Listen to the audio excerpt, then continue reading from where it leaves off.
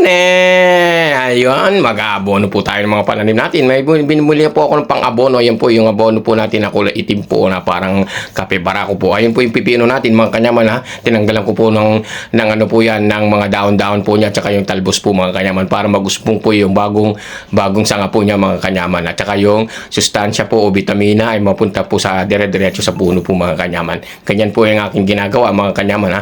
Tuwang-tuwa po dyan yung alaga ko at nakikita niya kung masipag daw po ako. Naman! Sabi ko nga sa kanya, naman! Nambukala pa. Ayan, at inuukay ko po yung paligid ng yung okra po mga kanyaman. Tsaka ko po ilalagyan ng ano yan, yung pataba. Ganyan po ang ginagawa ko para pag umano po yung ugat niya, lalo po siyang pag masisip-sip niya po yung pataba o abono na ilalagay natin mga kanyaman natin. Ganyan naman po mga kanyaman. Ang ganda-ganda ng mga pananim ko, kasing ganda ng nanonood. And mega raw shoutout mo pa pala sa mga bagong followers ko dyan. Sa mga nanonood po na hindi pa po nakapollow, follow nyo naman po ako para lagi po kayo naka-update sa aking mga video ina-upload na yan. Tingnan nyo naman po mga kanyaman. Panigurado naman siguro dyan. Mabibigyan ako ng konting bonus dyan. No? Ayan. Nilalagay ko po yung kape barako abono po pala yun.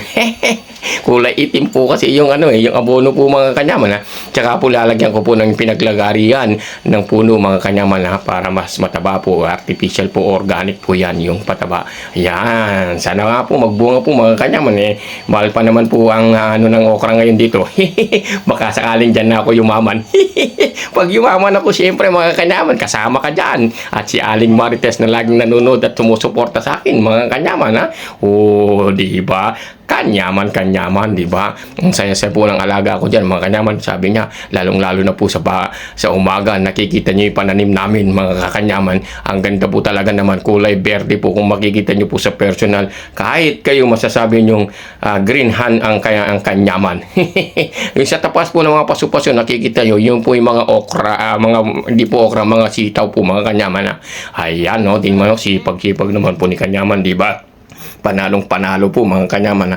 Di lang caregiver, gardenero pa si kanyaman mga kanyaman. Siguro naman po meron na po yung mga matataas na puno na yan, meron na po maliliit na bunga po mga kanyaman. Sana po magtuloy-tuloy po para naman may pang pinakbit po tayo o kaya ilalaga mga kanyaman. Kanyaman!